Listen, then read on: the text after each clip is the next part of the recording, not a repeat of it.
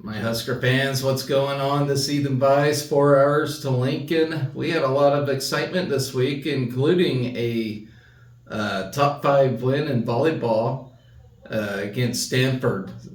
So that was pretty sweet. And I just watched a game between Stanford and Louisville. Stanford took Louisville in 5 sets. So big things to come. We're going to move up a spot in the rankings, I do believe, after this week. So awesome stuff. Anyway, don't forget to like and share, comment, whatever you want to do to help me get this thing going. So thank you for having me. I know the Chiefs are playing today. This should be uploaded by the time after they're done. So got the Dolphins playing tonight, so I'm excited for that. We're 1-0 right now, so hopefully we go 2-0 after the Sunday night game. Speaking of which, I was looking through the NFL schedule earlier this year when it first came out, and I saw Dolphins at Chiefs. And I was like, yes, I can go to the Dolphins, go to the Chiefs game and watch my Dolphins. Well, I saw 8:30 in the morning. What the hell's up with that? And so I looked. It's in London. So I'm very, very, very bummed about that. But, oh well. The NFL wants to take the game overseas, and I think that's total bogus stuff. But that's a conversation for another day. But anyway, big things happened. We got a win in football yesterday. So I bet we're all happy now. So you would think, of course, you always have a grump ass saying we didn't do something good enough. I'll take a win. I'll take a win any day. I don't even care if it's by a point. We got a win, and that's all that freaking matters at this point. Something to build off of. So anyway, we're going to talk about the week and preview what's to come for Husker Athletics. I believe this is my 8th show now, so we're moving along pretty good. I do want to thank you all for that tune in and watch my show. It's had kind of a rocky start, but I think we're getting better at it. But without further ado, we'll talk about the softball scrimmage that happened on Thursday. So anyway, Scarlet team top the Cream 6-2. Ava Bradwell hit 3 for 3 of the evening with 3 runs and 2 RBIs. Caitlin Kaneda went 2 for 4. Alina Phoenix also went 2 for 4 with a run and RBI. So great stuff by the veterans of the team. So pitching wise, Jordy Ball makes her first appearance as a Husker. This was the first time we got to see her suit up. We saw her the first 2 years as she played at OU. But now, seeing her in a Husker uniform looks really nice. It's pretty awesome to have her. But yeah, she threw 4 scoreless innings, 7 strikeouts, and 0 walks. She did, however, allow 2 hits for the evening, which in turn isn't a bad thing, as that shows as we could see a pretty decent offense in the long run. Emerson Cope finished the game in relief, earning a save, allowing 1 run and 2 hits.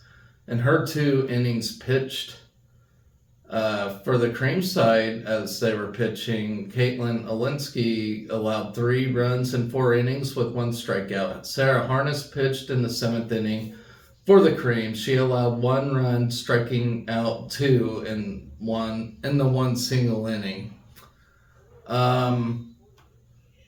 So inning by inning, in the first inning, Kaneda and Ball start off with back-to-back singles. Off a wild pitch, the 2 ladies move into the scoring position, with Kaneda scoring the first run after a sac fly by Peyton Cody, giving the Scarlet a 1-0 lead. In the second inning, Ava Bradwell smashes a solo homer at the bottom of the second, making it 2-0 for the Scarlet. Bella Bacon also hits a single, but eventually Caitlin Olinsky works her way out of the jam to end the second inning. Nothing eventful happened in the third inning. In the fourth, Bradwell hits a double with one out. Bella Bacon was hit by a pitch, and with two outs, a throwing error sent Bradwell home. Scarlett is now up 3-0 at this point. In the fifth inning, Crane gets on the board. Emerson Cope retires the first two batters, but then walks Caitlin Neal. Neal then steals second, then steals on an RBI single from Alina Felix at the bottom of the fifth. Jordy Ball reached an error. Emerson Cope hits a single to move her to second after a flyout from Cody. She reaches third, and after a sacrificial fly by Sydney Gray, Jordy Ball reaches home to give the Scarlet a 4-1 lead. In the seventh, Sarah Harness strikes out the first two batters, but with the two outs, Alina Felix hits a double. McKinley Malecha hits an infield single, sending Felix home on the play after a throwing error. Sarah Harness eventually closes out the inning. Scarlet beats Cream 6-2. So my thoughts on that, it was just one scrimmage, of course, and we were all excited to see Jordy Ball pitching, and it was just about everything we expected it to be. She threw pretty damn near a perfect game, but it shows we got something on offense too, so, hopefully that transits to this upcoming spring season for the Big Red softball team. But we also got to see the team as a whole. As I said, may have been sloppy at times, but can't really expect much out of the first scrimmage. So anyway, enough of the softball, and we'll get to golf. The ladies golf tournament as they went to the Sam Golden Invitational, which, by the way, the women's golf has started the Mary Fossum Invitational today, so we'll talk about that next week as they finish that up. So women's golf at the Sam Golden Invitational, day one, team sits at second after the first two rounds of play. Kelly and Strand both hit combined 23 birdies and combined for 13 under par. Both players led the Huskers to a 20 under par score. Lena Hassert also had a strong day and only her second career lineup start. She shot her collegiate career best by shooting 3 under, shattered her best career start, which was last year at the Green Wave Classic, which was the season opener, where she shot 2 over par. In her second round, she got 3 birdies and 14 pars, where she closed her day tied at 14th. Nebraska got a solid collegiate debut from freshman Arden Lushim. Is that right? Is it Arden Lushim? I'm terrible with names. Y'all know this. Who is from Park City, Utah. The 3-time Utah high school champion opened her career with a 70, which is under 2. That included 5 birdies and 11 pars in the first round. Her first round total was one of Nebraska's 4 counting scores in the round, joining 69s by Hazard and Babrova, along with Strand's 70. As the Huskers ended the round of 278 in the second round, Lushim added on 1 above par to finish the day tied for 37th. Junior Mu Takahashi contributed Nebraska's 4th counting score of the second round with a 72. She went even after managing a 74, 2 over par in the first round. Takahashi's even par round joined 68s by Strand and Babrova, along with Hassard's 70 to complete NU's 278 to end the day. Takahashi finished Monday in the tie for 49th at 146. Senior Lindsey Thiel rounded out the Husker contingent by sitting in a tie for 53rd while playing as an individual outside the Husker lineup. After battling through an opening round, the included a pair of double bogeys to finish at 76. Thiel settled into a solid second round with a 71 that included Nebraska's first eagle of the season on the 533 par 5 15th hole, the longest hole on the course. She added a birdie and 14 pars in the round to overcome just 2 bogeys. So my thoughts, of course, with this is, my knowledge of golf as a whole ain't up to par. But I do know there's a lot of buzz with Kellyanne Strand and how well she performed her freshman year. Mikolaj Vavrova, the Slovakian senior, looks to lead the charge after the first tournament. With more tournaments going forward, we can see how this team will shape up and add to the excitement of what women's sports have become in Lincoln. And that's so true. I mean, right now, we're like the front runners of women's sports. You got volleyball, soccer, all that stuff, softball. Like, it's become a contagious disease around here. A good disease, mind you. But, yeah, can't say enough about that. So the preview for the Mary Fossum invite, which starts today. So I don't know I didn't read the score. I know they teed off at like 7:30 this morning, but my preview for that is it will be the Huskers' first trip to Michigan State's invite since joining the Big Ten in 2011, 2012, and third overall trip to East Lansing. The Huskers will be part of a loaded 15-team field that includes 9 NCAA regional qualifiers from last year.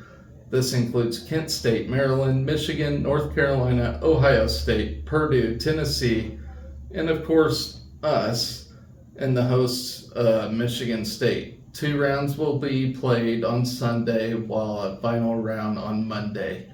The course is set up as a par 72 with 6,370 yards to cover. The Huskers look to build off their strong start of the season. So that does it for golf. Moving on, volleyball. So as I mentioned earlier, we beat Stanford, number 5 Stanford, on Tuesday at Stanford in 4 sets, which was truly a remarkable feat. Can't say enough about that. I just actually got done watching Stanford beat number 2 Louisville, so that's exciting itself. Sucks that because Danny Busboom coaches at Louisville. As you all know, she's a former Husker player and yada yada yada, which respect to her, but it really helps us, see where we're at after Stanford beat Louisville. And like I said, I might be drinking the Kool-Aid. I have a terrible time doing that, but I'm telling you, this team's dangerous.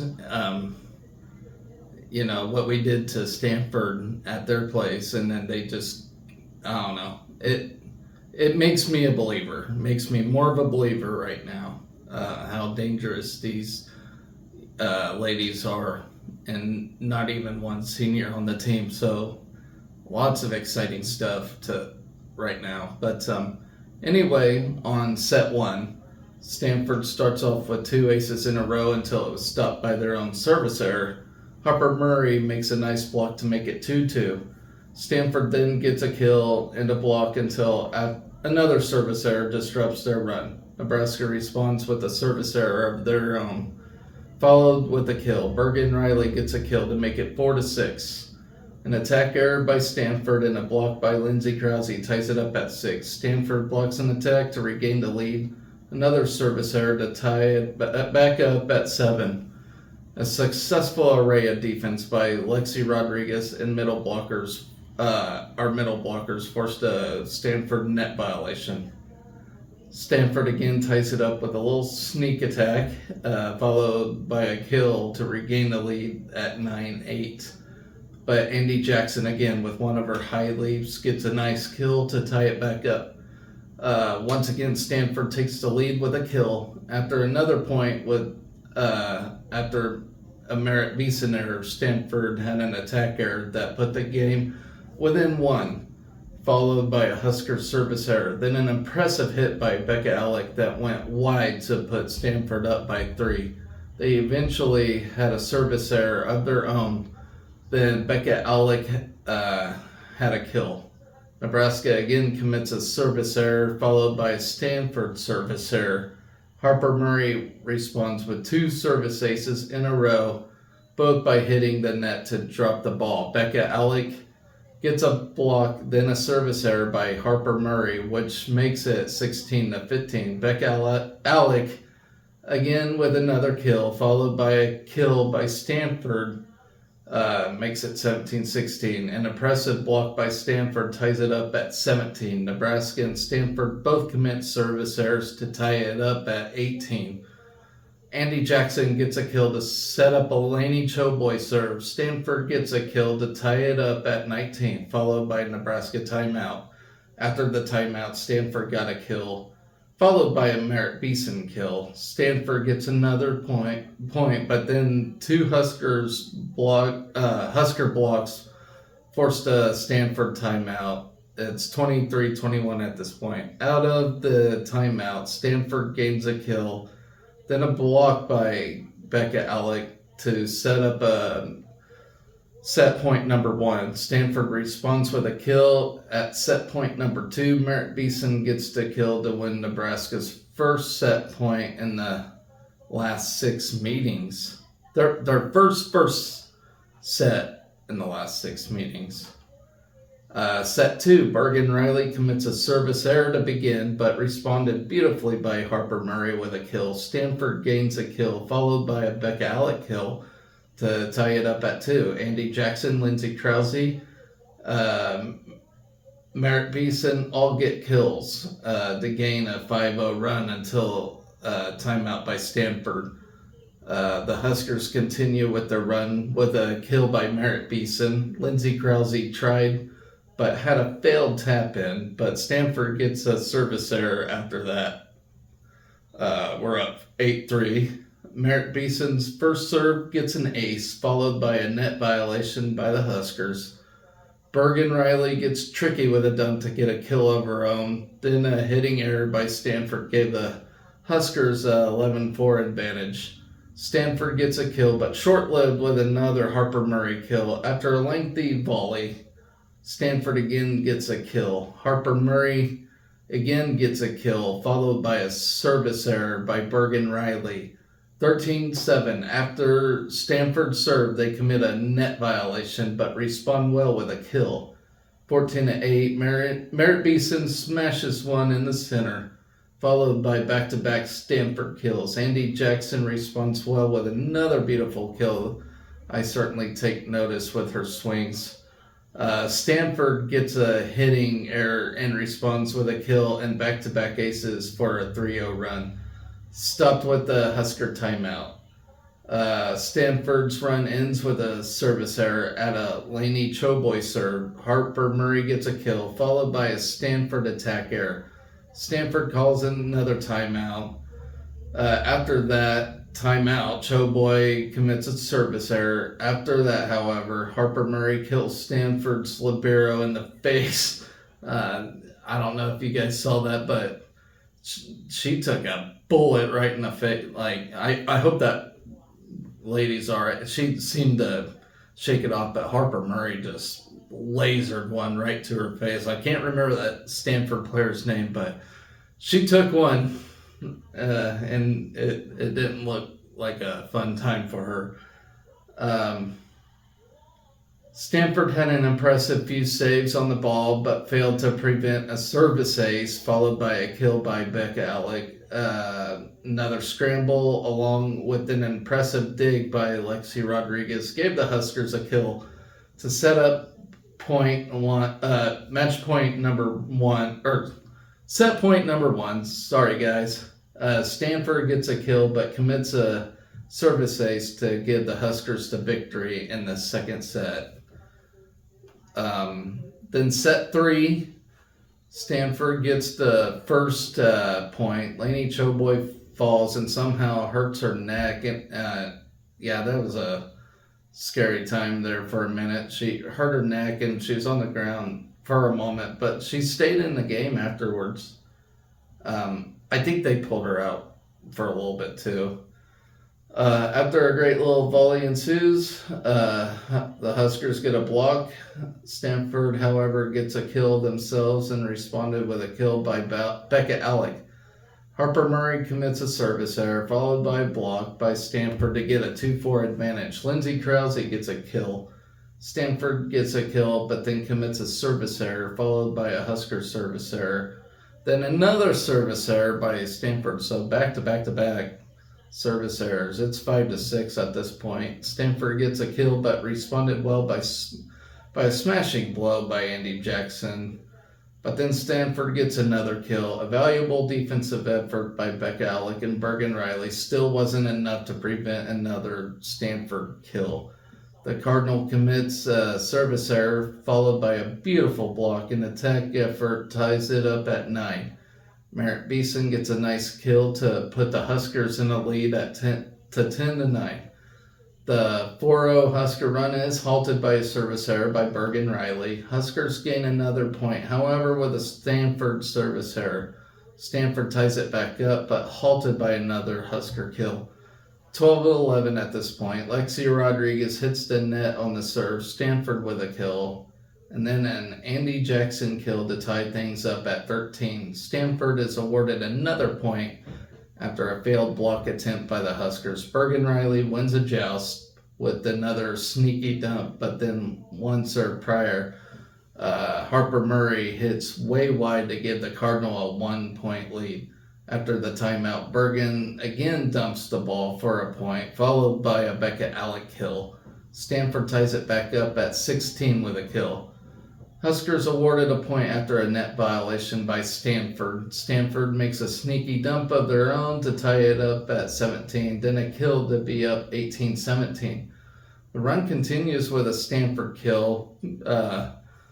Huskers, of course, call a timeout. After the timeout, Stanford continues their run with a block, but then commits a service error. Harper Murray at the serve, but short-lived after the Cardinal gains a kill.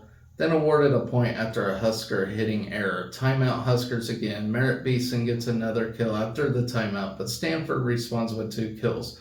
At set point number 1, Krause hits wide, and that won that set for Stanford. So we had a lot of errors and a lot of complacency in that third set.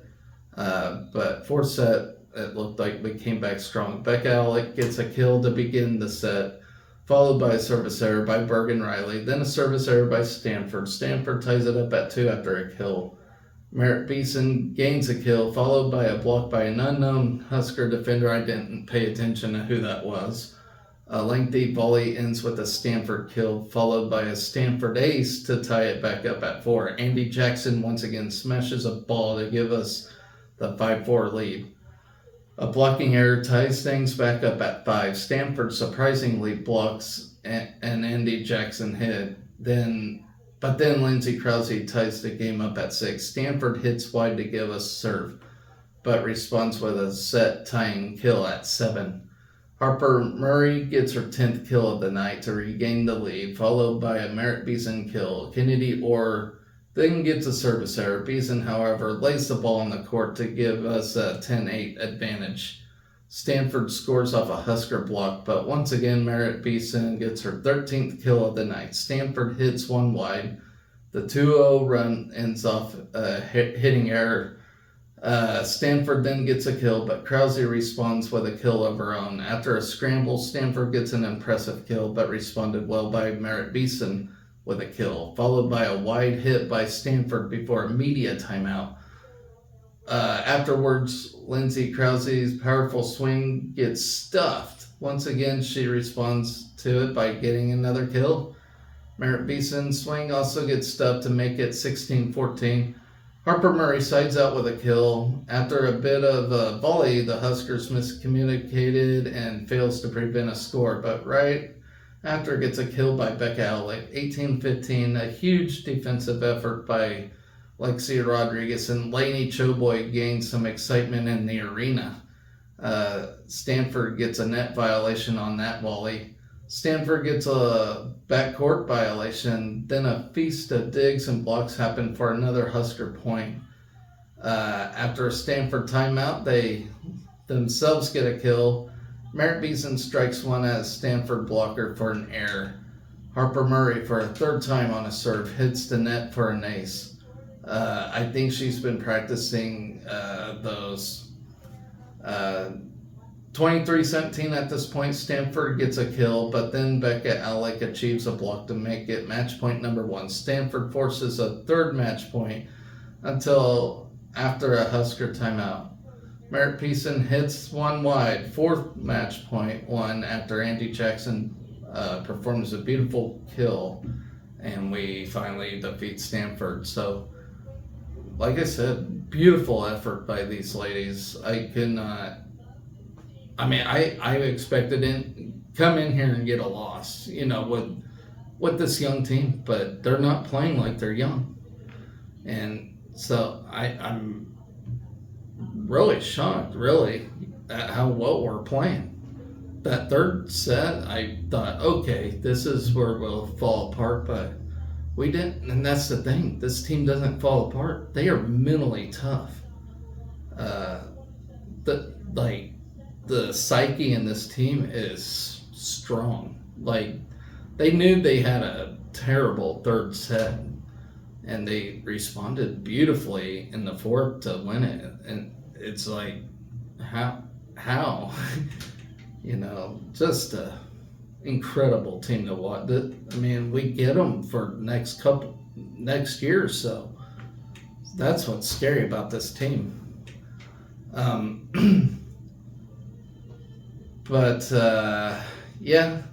My thoughts on this. It was 6:30 game on Sunday night, so I'm sorry, I was talking about something else.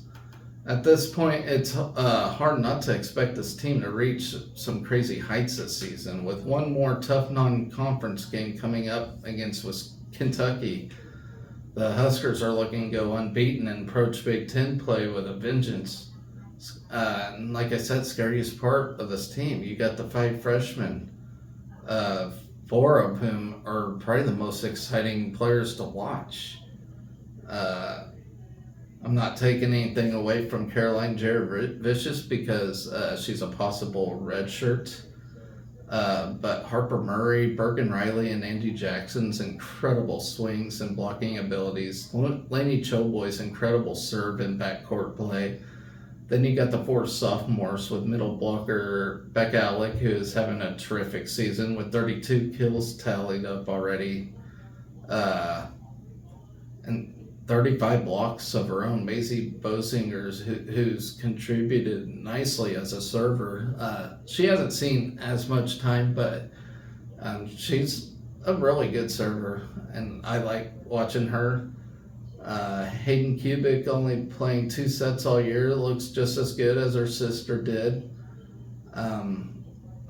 And then you got the multi-athlete Maggie Mendelson, who also plays basketball, continuing her role as an excellent middle blocker. 5 amazing juniors. You got Libero, Lexi Rodriguez, who surpassed over 1,000 digs this year.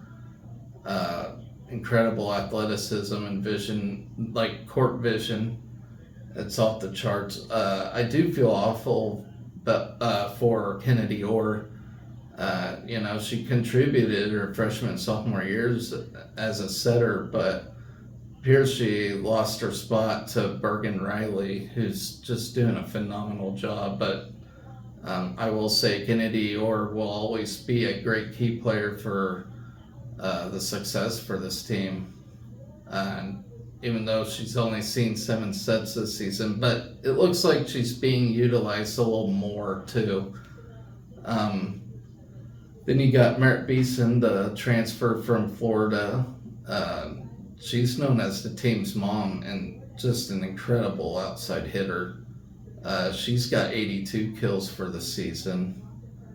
Allie Batenhorst, who's been with us for a period of time now, who is like Kennedy Orr, seems to have lost her starting role to, I believe, Harper Murray. I think she stole it, but you can put either one of them in, and we're going to win games.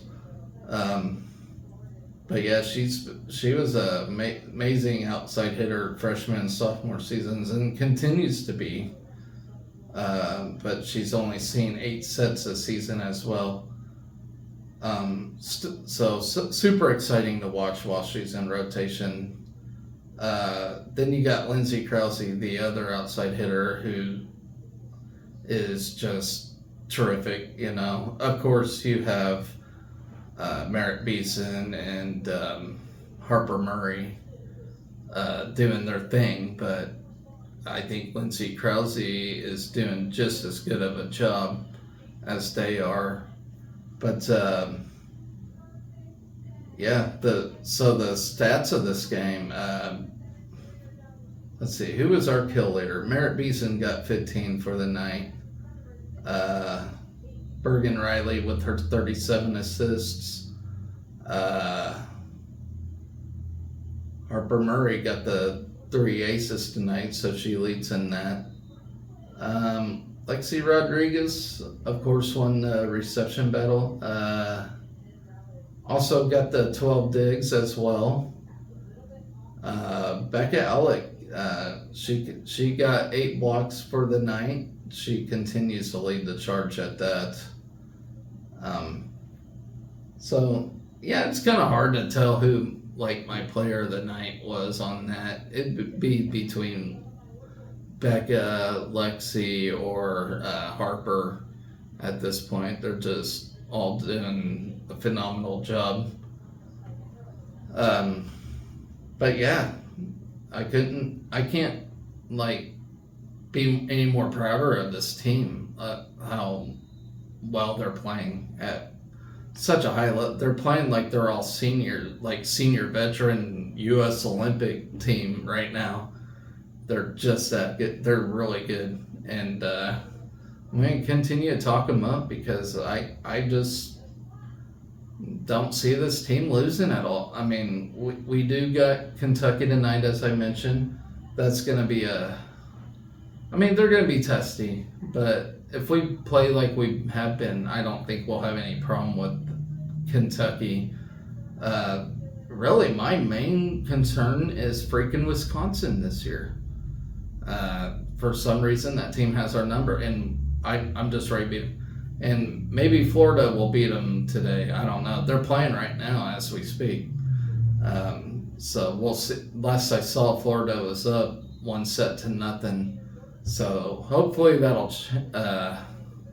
keep going, and Florida will finally expose them or something. But with that, we're going to move on to soccer now. So our soccer team, what can you say about that? They had the lead up until the 88th minute of the game and dropped it.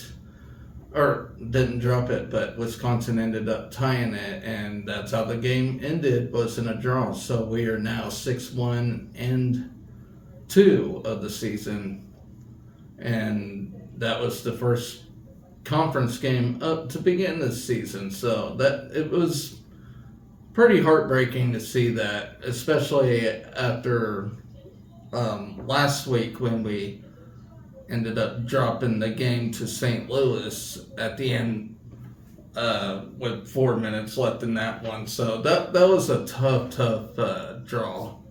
Um, to see there. Not much to say about this one. We were in control the whole time. Now, Eleanor Dale, she came into this game with her second straight Big Ten Offensive Player of the Week honor before this one. And she's in her own right having a terrific game and still one of my nominees for woman athlete of the year.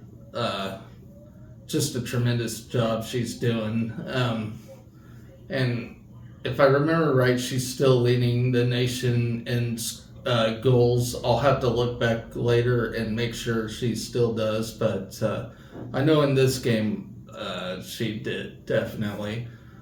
Barbara Hibner Stadium reached its second highest attended game in its history with 1,771 fans in attendance. So that's really awesome to see people taking notice of the soccer team and how exciting they are to watch despite the two disappointing games in a row here lately, and hopefully they can mop it up.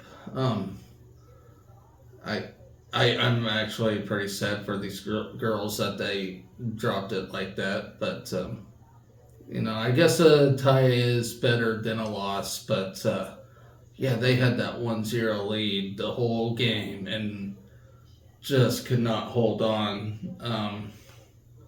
See if I can find the statistics for that, but yeah, it's a fun team to watch, and I still think they're still on their way to the NCAA tournament, and I think they'll do well in the Big Ten tournament. But it seems like they're kind of off right now. Like they're still playing aggressively, but they kind of let off. I'm not sure what's going on right now, but seems like there's a lot of miscommunication going on, and whatnot. So I don't know. We'll see how it pans out, but it was really disappointing to see. Because at the beginning, I was thinking, oh man, we're gonna start off 1-0 in the conference, and it's gonna be awesome. And then that 2 minute, but Wisconsin was chipping away there at the second half, and it was like, oh, if we could just hold on. And Wisconsin is a tough team. They're a really good team, by the way. So hopefully that doesn't make anybody hang their head, season's over or whatnot, because it's not. It's a good team, and they're going to be in the tournament, Big Ten tournament as well, if not the NCAA tournament. But yeah, just disappointing to see us end up in a tie like that. Eleanor Dale of the night, of course, she scored her 13th goal of the season. Which is still, at that time, was still leading the nation in goals scored. So I didn't pay attention to other teams before I started doing this show, so I don't know if anybody surpassed that or not. I know her and that Texas girl, I can't remember her name, were pretty close in it, so kind of depends. Maybe later I can see. But she also took most shots tonight, which was 3. She did foul 3 times too. So all in all, Wisconsin. So we were leading Wisconsin in shots the whole night. At half, I think it was like a 5-2 ratio on shots took. And then at the end of the game, Wisconsin ended up shooting more than us with the 11 to our 8. But we had more shots on goal. So that's good news. We had more shots on goal at 5-4. And we did end up, so it's funny, it's almost like if we foul more, we win. but it wasn't the case. Wisconsin actually had more fouls than us in the first half, but then we ended up out fouling them 13-7. Um, but Sammy Houck she had 3 saves of the night to Wisconsin's Aaron McKinney's 4. So not bad. And I think that one goal ugh, we just weren't ready for it, yeah. It was just a heartbreaker, but at least we're still just a one-loss team. I hate having 2 ties, but it happens a lot of teams in soccer nowadays. Now that there ain't no overtime rules, so I think we're still in decent shape for a good season. We do got some tough games ahead, especially Penn State, and I think we play at Penn. Yeah, next week we play at Ohio State and Penn State. Ohio State's gonna be tough. We should be able to win that one. Hopefully we do, and then we'll play at Penn State on Sunday. And yeah, if we can be victorious in both of those, I'd be excited. I can see us beating Ohio State and maybe dropping the one to Penn State. They're looking really good. But like I said, if we can come up with 2 wins on the road like that, then it'll be something spectacular. But right now, I think there's not a lot, but a little tension growing within the team. I don't know but I'm looking at the players on the field and they're kind of barking at each other. And I don't want to stir anything. Maybe I'm seeing things, but it just looks like they're off right now on something. I don't know what it is, but hopefully they get that sorted out and we get back to playing soccer the way that I know we can. This team's too good to fall apart right now. And I don't know. I don't see. Maybe they'll get their act together and start playing some soccer and start winning games, and get in the NCAA tournament and make a run in that. But yeah, just a disappointing loss. Next up, we have the cross country meet, and like I mentioned earlier in the show, Berlin Schultz got her her second cross country victory of the year. So congratulations to her. Let me look up the results to that. Is it Schultz or Schutz? I still can't get that right. But she did get the title at the Greeno Dirksen Invitational. Her time was 17:10:66. Continuing on the women's side, Bryna McQuillan got a time of 17:18:37. She got second. In 10th place, Taya Skelton got with a time of 17:43:75. At 22nd, Cami Miracle with a time of 18:10:82. 27th place, Jacqueline Abances with a time of 18:19:03. 31st, Emma Ralston, 18:26:98. 35th place, Hannah Godwin with a time of 18:34:47. 40th place, Haley Trotter with a time of 18:40.96. 42nd place, Lindsay Blim with a time of 18:47.75. 56th place, McKenna Lovehow with a time of 19:36.43. 68th place, Zoe Ecord with a time of 20:19.74. 69th place, Caitlin Mullenix with a time of 20:35:69.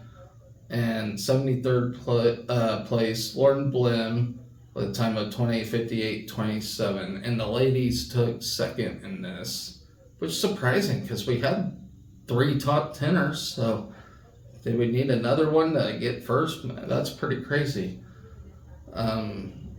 On the men's side, however, we didn't do so good for the men's side. Of course, it's Nebraska, and men's sports always here lately not been doing too good.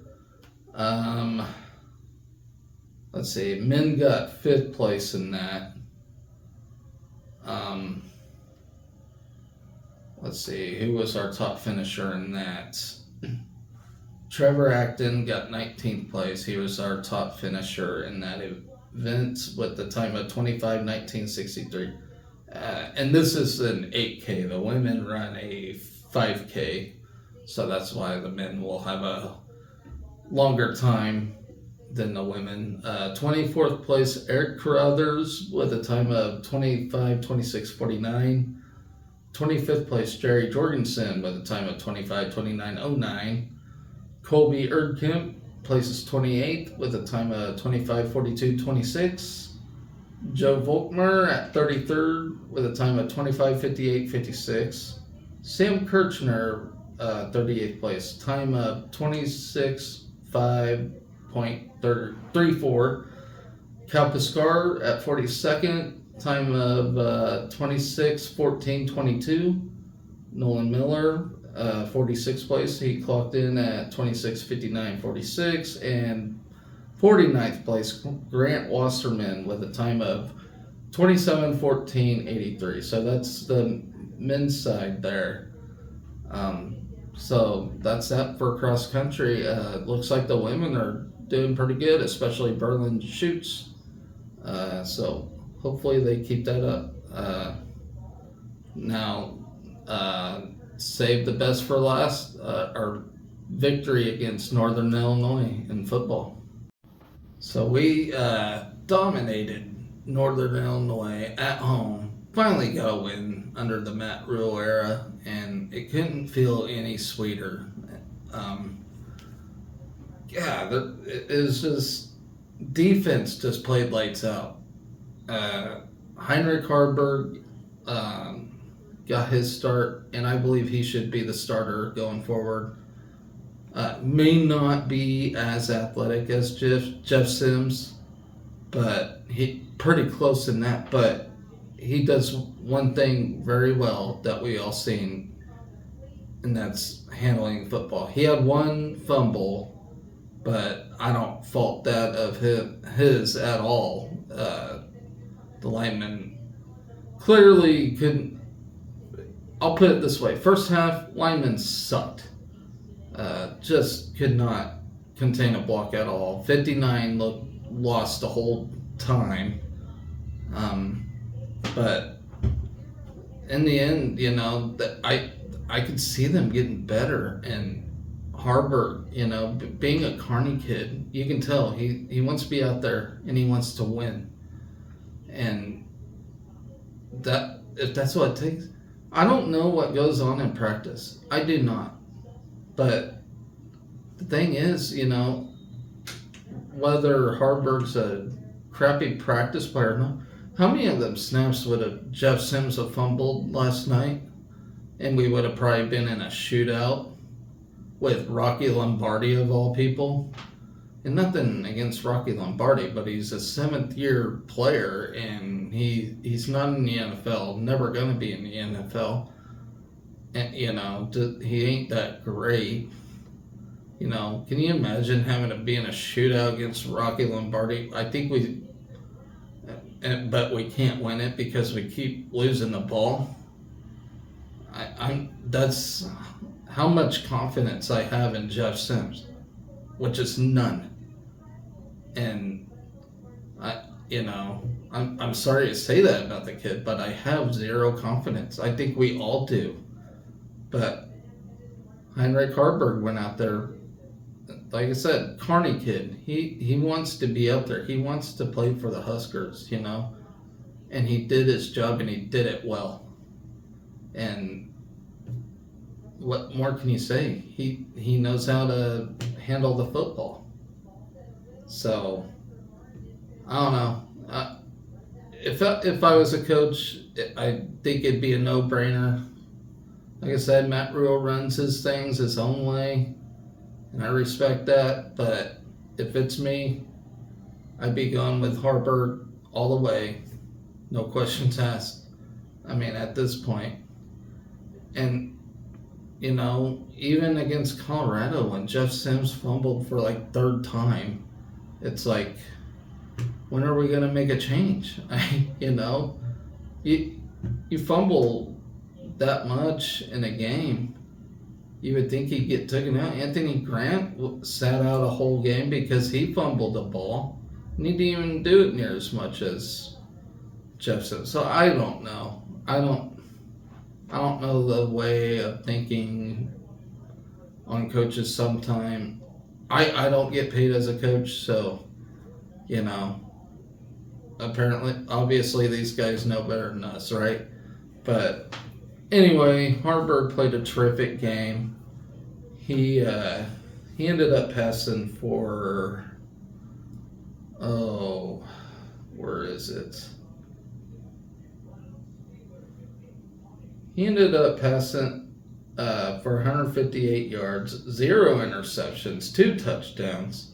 He got sacked once, and that was, like I said, the offensive line. It was when we were on like the, what was it, like the 5-yard line, 10-yard line maybe, and he went to pass, and he had to think quick because the NIU's defense was coming, and he threw the ball and just could not get it out in time. I was thinking he was throwing it out, but trying to throw it out to get away, but got caught, and NIU win it. And credit to our defense for holding them to that field goal. My God, that was awesome. I think a lot of teams would have, just let them score, but our defense held them a field goal. That was mightily impressive. Which, by the way, I think our defense is second in the country right now. So if you can't be excited for that, then I don't know. But our defense is the story of the team right now. Just playing lights out. Can't get enough credit to Isaac Gifford and company. They're just doing a phenomenal job right now. But yeah. We held Rocky Lombardi to 73 yards passing. In total, Northern Illinois got 123 passing. We had them in double digits up until the fourth quarter when pretty much things let up. They got their garbage time touchdowns. Could have been a 35-3 win, but put in second stringers and whatnot and give them experience. And NIU got their trash touchdown, 2-point conversion, and that was pretty much it for them. They could not do nothing against our defense. So watch it. This is still our defense, and I'm telling you right now, I don't know if I'm scared of Michigan right now. I'm just being brutally honest. Their quarterback does not look too good right now. And I think Michigan's offense is going to struggle against our defense. I think our defense will keep us in that game when we play them. So watch out for that. I think it's going to be a defensive battle for sure. But yeah, we should be 3-0 right now. We're 1-2, but like I said, we got a win against Northern Illinois. Couldn't be any happier with that. How about Thomas Fedoni with 42 yards? He got a touchdown. Billy Kim got a touchdown too on the receiving end of things. We ended up getting 158 yards in the air, so that's not bad for a team that wants to run. Uh, we did hold Northern Illinois to 56 yards rushing, so that's pretty tremendous.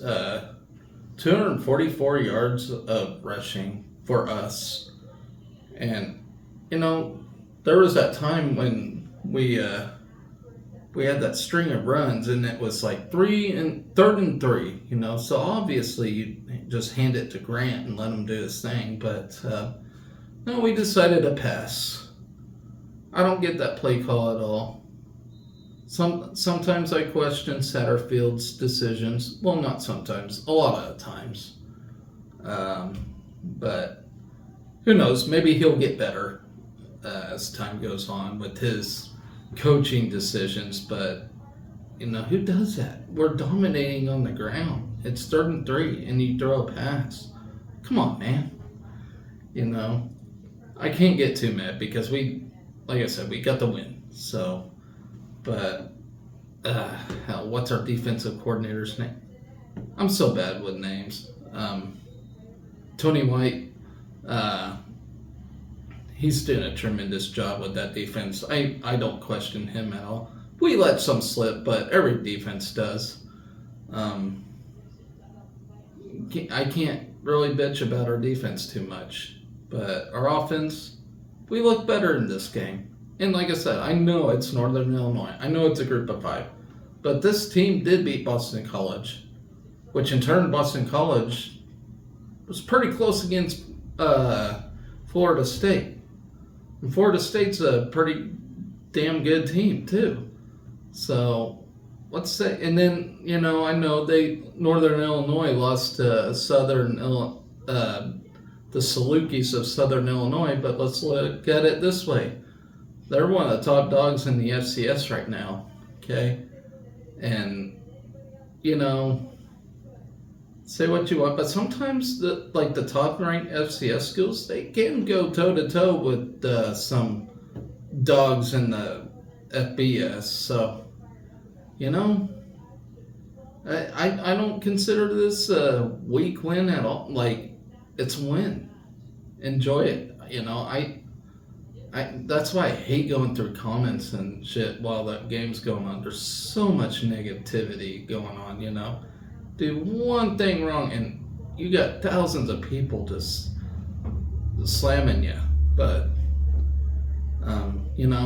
take this win and enjoy it. Because I certainly have. And it's so nice. And hopefully Dolphins get a win tonight too.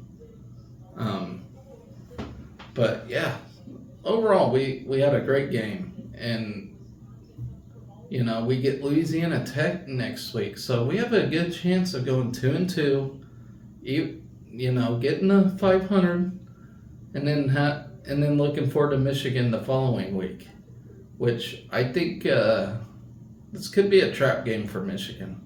I really do. They struggled hard against Bowling Green. I could be wrong. But I'm just looking at my point of view. Who is JJ something? I gotta look for his name. The quarterback for Michigan. He's not looking so solid right now. He had 3 interceptions against Bowling Green. So I don't know what that's, but I'm just looking at my point of view right now. But I'm not really scared of them. I mean, we got to take care of business against Louisiana Tech, and I think we will. But watch out. But anyway, that pretty much does it for this week. Like I said, there's a volleyball game going on tonight against Kentucky. 21st ranked Kentucky. They had they're a pretty solid team. I think we'll take them. We should. If we're playing the way we have been, I think it should be a pretty simple plan, just to go there and get a win and go home. Well, no, it is a home game. Sorry. But anyway, as I mentioned on Sunday, the women's golf team will tee off at the Mary Fossum Invite, which was this morning, by the way. The men will make their second golf appearance at the Bearcat Invitational in Cincinnati at the Coldstream Country Club in an 18-team field, which includes hosts Cincinnati, Louisville, BYU, Memphis, Chattanooga, Middle Tennessee State, Little Rock, Florida Gulf Coast, Arkansas State, Southern Miss, Illinois State, Jacksonville, UNCG, Sam Houston, UCF, Virginia Tech, and Cincinnati's B team on par 71, 7,279 yard field of green. The tournament concludes on Tuesday. On Thursday, softball will do its second intra-squad scrimmage. Soccer team will be on the road at Ohio State and hopes to earn its first conference victory. Saturday, of course, is Louisiana Tech. Then to conclude the week on Sunday, the women's soccer team will take on a very difficult Penn State team in Happy Valley as the volleyball team stays home to take on Minnesota. So that's what we got on tap next week. I will talk about the game against Kentucky on my next episode. Being such a late game, I just won't have time to upload the video and everything. So I'll talk about that game on my next episode. But yeah, look for my next gut reaction against Louisiana Tech on Saturday. But anyways, it was undoubtedly a fun week with a huge volleyball win against Stanford, getting that first win under a new coach, Matt Rhule.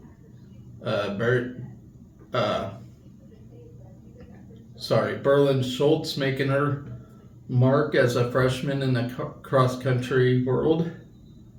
Eleanor Dale leading country in goals. Being a Husker fan at times can be very difficult, but when we finally achieve a victory, it can be a very empowering feeling, to say the least.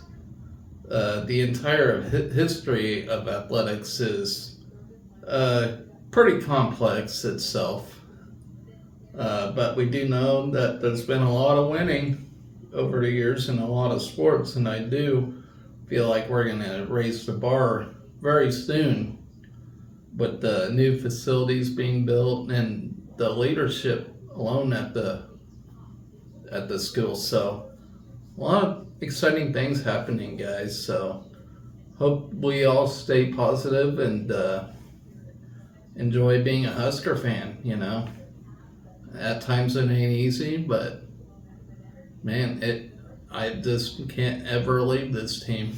So anyways, guys, I hope you had fun with me. I have a terrible habit of chewing. My spit's starting to come up, so I gotta spit it all out here soon. So I'll close with that, guys. I'll see you next week. Go Big Red.